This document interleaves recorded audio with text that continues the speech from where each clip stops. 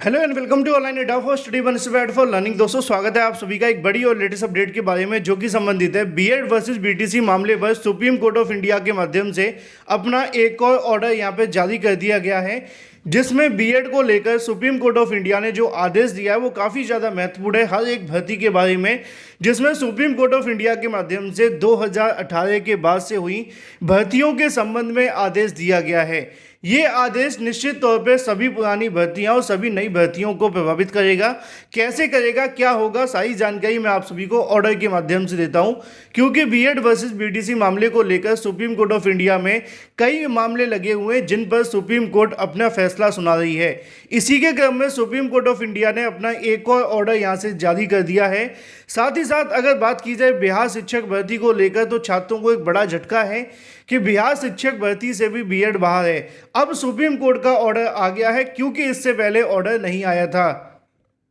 सारी जानकारी आप सभी को डिटेल में दी जाएगी, रियल दी जाएगी, ऑथेंटिक दी जाएगी। चैनल को सब्सक्राइब करके बेल आइकन को दबा लें और वीडियो को लाइक कर दें, जिससे कि आपको रियल ऑथेंटिक जानकारी मिलती रहे। तो दोस्तों यहाँ पे आप सभी को देखने के लिए मिल जाएगा। अगर बात की जाए in the Supreme Court of India civil original, यहाँ पे एक याचिका दाखिल की जाती है जिसका नाम आप सभी के सामने देखने के लिए मिल जाएगा भगवान कृष्ण जी के माध्यम से, जो कि यहाँ पे पेटिशनर थे। रेस्पोंड किसको बनाया गया था? वो बनाया गया था द यूनियन ऑफ इंडिया को। अब इस ऑर्डर के अंदर मुद्दा क्या है वो आप सभी को देखने के लिए मिल जाएगा। यहाँ पे जो भी बातें लिखी हुई है मैं उन्हीं को आप सभी को पहले बताऊंगा, फिर उसके बाद में एक वीडियो में अलग से बनाऊंगा जिससे कि और क्या क्या इस ऑर्डर के आधार पे हो सकता है, क्योंकि पहले इस ऑर्डर को समझ लेते हैं। यहाँ पे लिखा हुआ the present did petition has been instituted by the petitioner seeking invalidation of notification date 28/6/2018। जो ये याचिका दाखिल की गई इसके अंदर 28/6/2018 के उस नोटिफिकेशन को इनवैलिड करने को लेकर यहाँ से मांग की गई है। Issued by the national counselling for teacher education, यानी कि एनसीटी के माध्यम से इसको जारी किया गया था इन terms of direction of central government given under section 23(1), यानी कि सेंट्रल गवर्नमेंट के आदेश के आधार पर एनसीटी के माध्यम से जिस नोटिफिकेशन को जारी किया गया था उसको इनवैलिड करने के लिए यहाँ से पिटीशन दाखिल की गई है। अब सेंट्रल गवर्नमेंट ने किस आधार पर यह आदेश दिया था? तो 23 के आधार पर right to children to free compulsory education act 2009, यानी कि आरटी एक्ट 2009 के आधार पर केंद्र सरकार ने ये एनसीटी को कहा था कि वो इसको लेकर बीएड को जो योग्यता है उसको थोड़ा लेट डाउन करें, जिसके बारे में नीचे लिखा हुआ है this notification introduced by certain amendment to earlier notification 23 August 2010 laying down the necessary qualification for teachers, यानी कि ये जो आप सभी के सामने संशोधन किया गया था 23 अगस्त 2010 के ऑर्डर में, जिसके आधार पर क्वालिफिकेशन को थोड़ा लेइंग डाउन किया था, यानी कि थोड़ा कम किया गया था। मिनिमम क्वालिफिकेशन टीचर बनने की जो योग्यता होती है उसमें एनसीटी के माध्यम से थोड़ा सा उसको लेट डाउन किया गया था। Both at the primary as also upper primary level substance of amendment notification was that the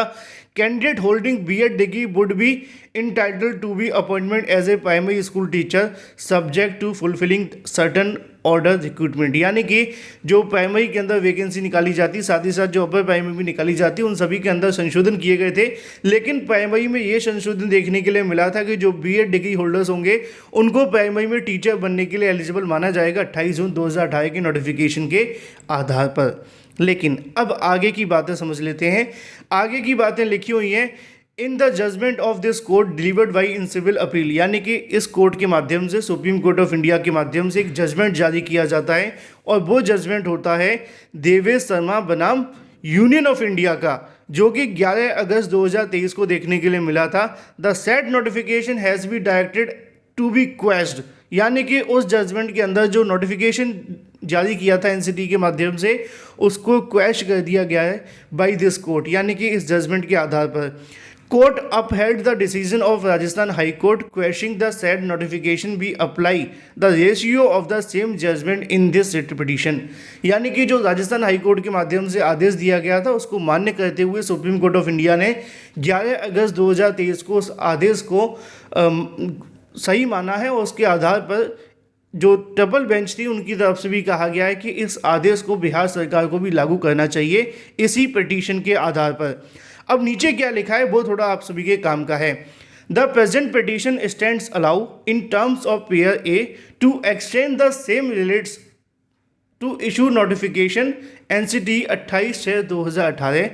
अब यहाँ पे उस नोटिफिकेशन को लेकर बात की जा रही है जो जारी किया गया था 28/6/2018 को लेकर। अब सवाल ये देखने के लिए मिल रहा था सुप्रीम कोर्ट ऑफ इंडिया के ऑर्डर के अंदर कि भाई जो नोटिफिकेशन अभी रद्द नहीं हुआ है तो उसके आधार पर भर्तियों बिठा देना चाहिए,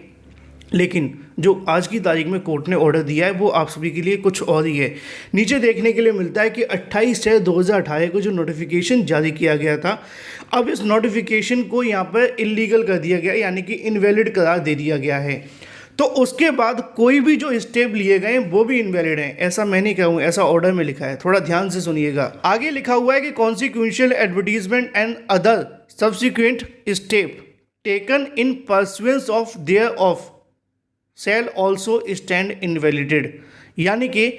इस नोटिफिकेशन के आधार पर लिए गए सभी स्टेप वो भी इनवैलिड हो जाते हैं। यानी कि अब सुप्रीम कोर्ट ऑफ इंडिया ये कहती है अपने ऑर्डर के अंदर कि 28/6/2018 का जो नोटिफिकेशन जारी किया गया था उस नोटिफिकेशन के आधार पर लिए गए जो भी यहाँ पे स्टेप थे वो भी यहाँ पर इनवैलिड कर दिए जाते हैं। The state of Bihar is not a party before this court in this petition, यानी कि जो स्टेट ऑफ बिहार थी वो इसके अंदर पार्टी नहीं थी उस समय पर, इसलिए as such as we can make no comment as regard the notification issued by the state of Bihar, यानी कि उसको लेकर हम कमेंट नहीं कर सकते क्योंकि जो नोटिफिकेशन बिहार ने जारी किया था उसके अंदर वो पार्टी नहीं बने थे जो सुप्रीम कोर्ट में याचिका थी।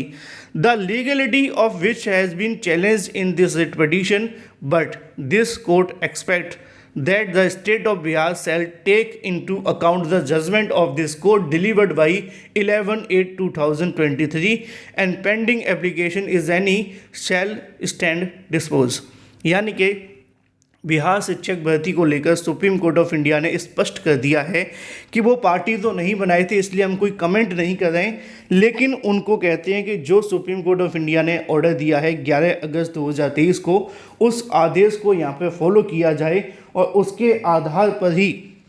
भर्ती प्रोसेस को आगे बढ़ाया जाए। तो एक लाइन में कहा जाए तो बिहार शिक्षक भर्ती से भी सुप्रीम कोर्ट ऑफ इंडिया ने बीएड को बहाल करने संबंधित आदेश जारी कर दिया है। अब ये तो बात हो जाती है बीएड को लेकर बिहार शिक्षक भर्ती में, लेकिन वहीं दूसरी तरफ सुप्रीम कोर्ट ऑफ इंडिया ने 28 जून 2018 के नोटिफिकेशन के बाद से हुई भर्तियों को लेकर भी यहाँ पर एक बात कही है जो कि काफ़ी हद तक आप सभी को ये बताती है कि 28 जून 2018 के बाद हुई सभी भर्तियों से जो स्टेप लिए गए हैं, जो भी 28 जून 2018 के बाद भर्ती निकाली गई हैं उसके अंदर लिए गए स्टेप वो इनवैलिड हैं। अब इसको लेकर कैसे समझा जाए, क्योंकि आप जानते हैं बहुत सारी ऐसी भर्तियां हैं जिनके रिजल्ट घोषित होने हैं वो शायद नहीं होंगे, जिनके परिणाम या परीक्षा होनी है वो भी नहीं होगी, जिनको नियुक्ति मिलनी है वो भी नहीं होगी। लेकिन पुरानी भर्तियों को लेकर एक छोटा सा क्वेश्चन आप सभी के मन में अभी भी होगा, लेकिन जो सुप्रीम कोर्ट ने ऑर्डर में लिखा है फिलहाल मैं उस ऑर्डर पर ही बात करूँगा। उसके अलावा इसको लेकर थोड़ा सा और डिस्कशन करने के बाद मैं फिर से वीडियो बनाऊंगा कि उन पुरानी भर्तियों पर अब कैसे मैनेज किया जाएगा, क्योंकि सुप्रीम कोर्ट ऑफ इंडिया ने अपने ऑर्डर में कहा है कि 2018 के बाद हुई सभी भर्तियों से जो भी स्टेप लिए गए उस नोटिफिकेशन के आधार पर वो सभी इनवैलिड हो जाते हैं, क्योंकि नोटिफिकेशन ही इनवैलिड हो चुका है। फिलहाल बिहार शिक्षक भर्ती से बीएड बाहर है।